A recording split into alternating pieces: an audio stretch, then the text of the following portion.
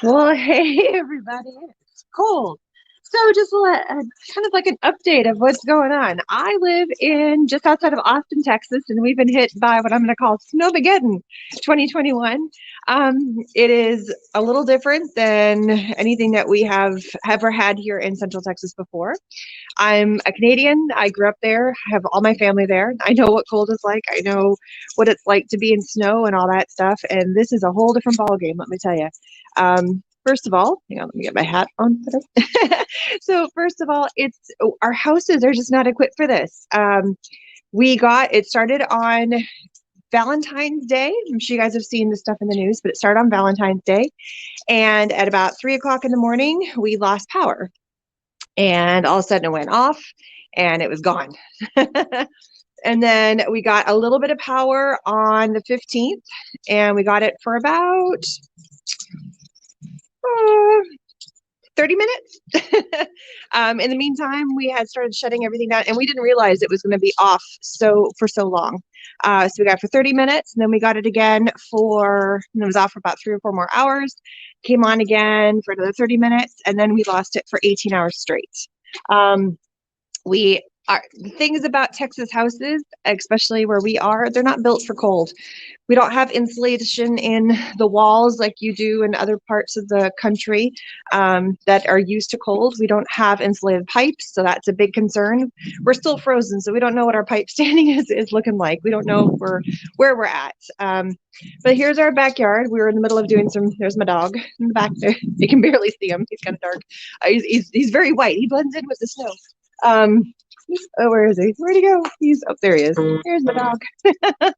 So, yeah, we went at least 18 hours. Our house dropped down to 51 degrees. We have a fireplace, but even the fireplaces here in Texas are more ornamental and just for fun to look at, not actual functional. So luckily we had actually pulled down a couple of trees over this past summer and fall because we were doing some landscaping and some redoing, and you can see like we've got some stone here and some other stuff that we've been working on, and we saved all the wood because we have a fire pit.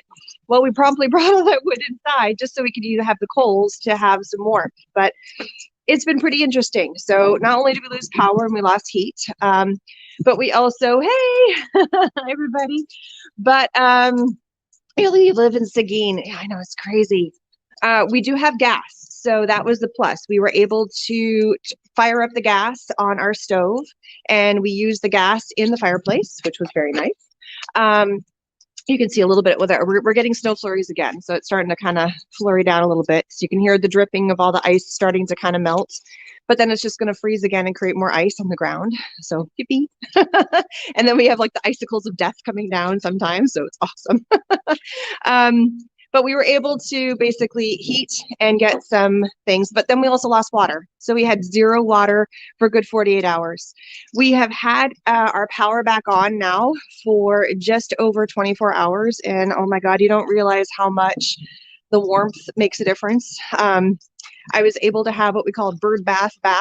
So we were able to gather enough water when we still had some trickles, and we gathered it in some buckets, and we gathered it in some of our bathtubs. Not a whole lot because we weren't sure if the bathtub was going to freeze too, and we didn't want to completely crack the tub, which we use for flushing. And we have a new phrase in our house, which is not a new phrase. It's been around for a while, but if it's yellow, let it mellow. If it's brown, flush it down. And my daughter and I had to be very sparing with toilet paper because you keep on putting too much toilet paper without flushing, it causes problems there too. So, all these things that you don't think about, right? We are lucky that we actually have a pool in our backyard. So, oh, my dog's getting antsy.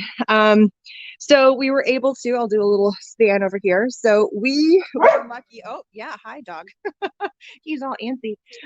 We were able to take some of our water from our pool, and we're using that to help flush. Sorry, the dog wants to go inside to flush the toilets, which was nice. And we've been doing, putting water, so boiling the water, putting it half in one sink to help wash dishes, and then half on the other side. So it's pretty interesting. We've got snow. I can't turn my camera because I'm running off of Facebook and YouTube at the same time. But here you can see we're covered in snow all the way through there, and that's all ice. So be very careful walking through there. Our neighbors, a lot of our neighbors have pools, and we're lucky we didn't ice over. We've been pretty good about coming in and cleaning it. We also were heating our pool prior to everything shutting down and running our pump continuously, so having the water going through, and I think that saved us from having a completely frozen over pool. But all of our neighbors around us, their pools are like ice skating ponds at this point. So our spa is a little icy. We do have a spa, and we've had to go in and put some things in there, and we've had to break it up every day because it's just smaller, so it's easier to freeze. And we've put some logs in to help break up and have it move around. Not too bad. So I'm just reading what you guys are saying. I never know how much water and things worried about our freezers. Yeah, it is just absolutely, it's mind-boggling. And so here's the other part of it. While we were in the no power scenario, we were having situations where if we opened up our door to go outside, we lost heat. So our dog, we were very sparing about when we let him go in and out. We did not let the kids go out and play because they would come back in and be too cold and no way to heat them up. Plus, we just don't have the gold. I mean, like, I have a jacket.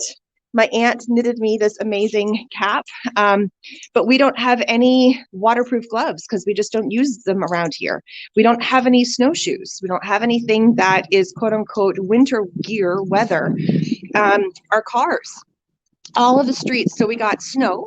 No, so sorry. This is the scenario. We got freezing rain, which iced everything over. Then we got a foot of snow. And then we got more freezing rain yesterday. So over the night, not last night, but the night before that, we got more freezing rain. And then today we weren't supposed to have any more. And now we're getting more snow flurries on top of that. So we had ice, snow, snow. And it's cold. But we're just not prepared for it. Late joining. Where do we live? Yeah, I'm in Texas. I'm just outside of Austin, Texas.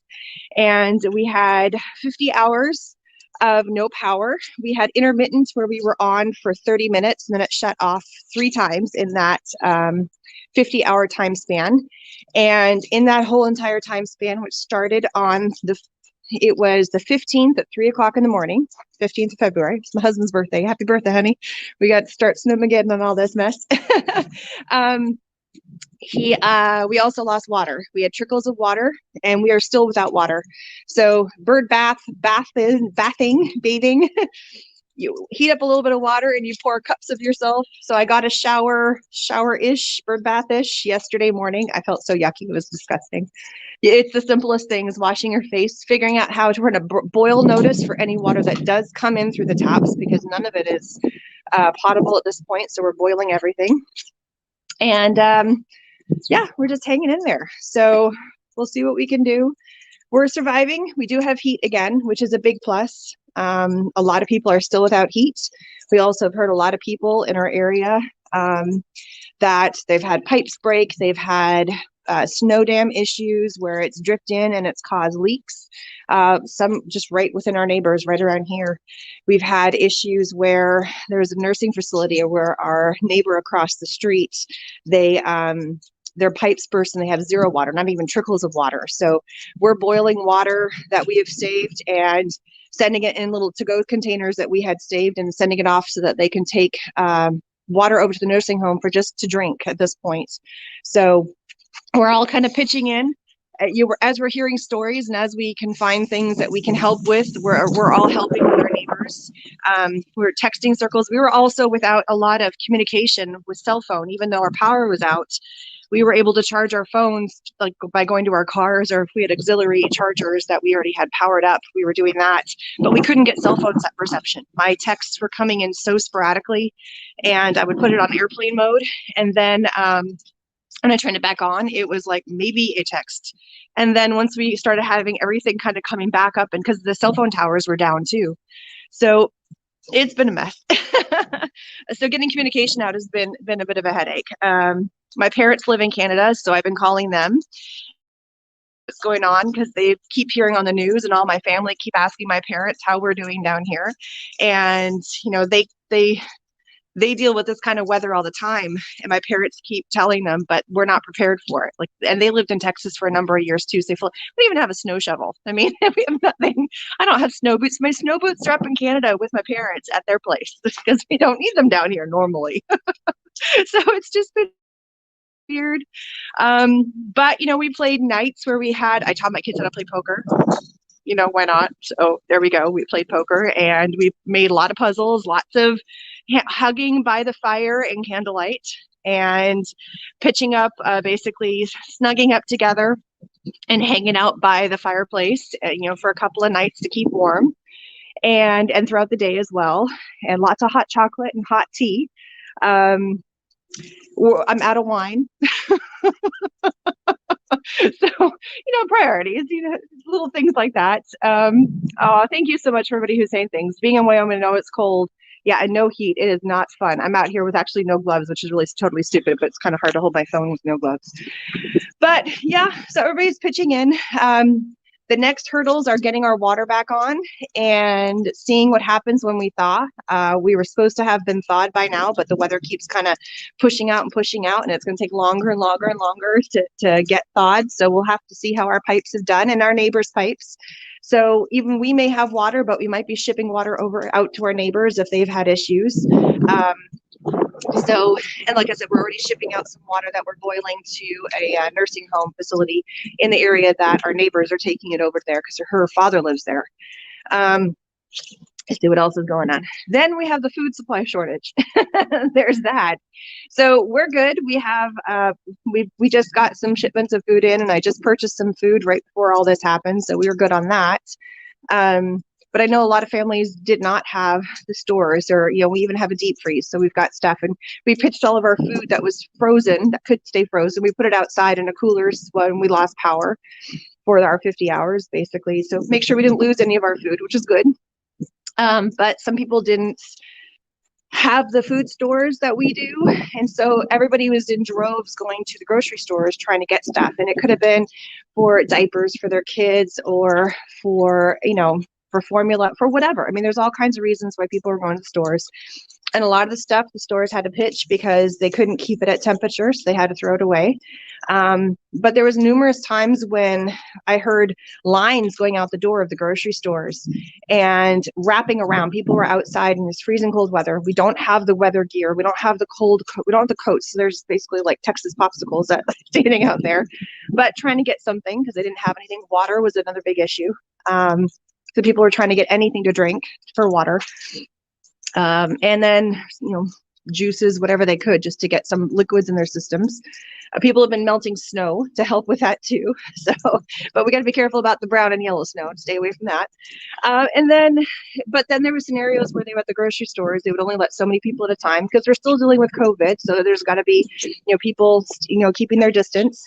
And then there was a couple of grocery stores we heard of where they had everybody in, the power went down. They said, grab your last item in your cart, come to the front, and they just let everybody take what they had because they had no way to check them out, but they didn't want to stop them from being able to have something to take home for their families. So I thought that was pretty amazing that there were some grocery stores out there. We're running out of gas. There's just no new vehicles coming in with food or gas into our area. So, it's like we always were prepared for hurricanes, and now we're having to prepare for this ice scenario, which is very different for most of us here in Texas. We're prepared for hurricane, not this. But yeah, that's what we're dealing with right now. So I know a lot of people, and I hate to kind of bring it down, I'm trying to keep it in the up and up, but if you've ever lived in a situation or been in an area where, HEB is awesome. They've been amazing. But if you've ever lived in an area where it's not what it's used to being equipped with, so Texas is not equipped for this ice and for this snow and for this cold, and for all the power to go out and the water to go out, it's a whole different ballgame than when you're prepared for it and your house is prepared for it and your tires have snow and there's, snow plows that come by your streets. None of that exists here. When you have ice machines and de-icers and sand trucks that can clear off freeways. But we've heard so many stories of people coming through and helping each other out of ditches, helping each other, get free, dropping things off because they have four-wheel drive. Most cars around here do not have four-wheel drive. So that's another issue. Nobody's got winterized tires. Nobody's got snow tires. Nobody's got snow chains. Well, maybe the odd random person. And so those that have it's been amazing from all the stories that we've heard and just from our neighbors. We have tons of 3 different texting chains between within our neighborhood of who needs what and anybody needs something, and like come to our pool and grab water if you need it, because we're not frozen over. We actually have, you know, a functioning pool with water. You know, you can boil it and try and drink it, just no different than swimming, but you can definitely use it to flush toilets and to clean stuff if you need to, wash hands, all that. So you can save whatever better water. But that's where we're at. So just a little insight of what it's like here in Texas at this moment. Where I'm in Austin, just outside of Austin, and like our chairs have blown over. Like you can see that one right there. The chair blew over and it's like iced stuck to the ground. So we're not budging that. Where I'm standing right now on the deck, we had to scrape off. Again, we don't have a snow shovel, so we had to use our like shovel that we would use to dig up dirt and hopefully not crack our ground while we were doing it, because it's not meant for that. But yeah, everything is iced over. I don't know what plants, and this is just going down the line. Our plants are also not prepared for this crazy cold. So I don't even know what kind of foliage is going to survive this, because we got down to 7. And then with the wind chill, we got down to, I think, -7, which in some areas of the country, it's totally fine. For Texas, not so much, especially Central Texas and South Texas. Not used to it at all. So stay safe out there for everybody else who is out there dealing with this.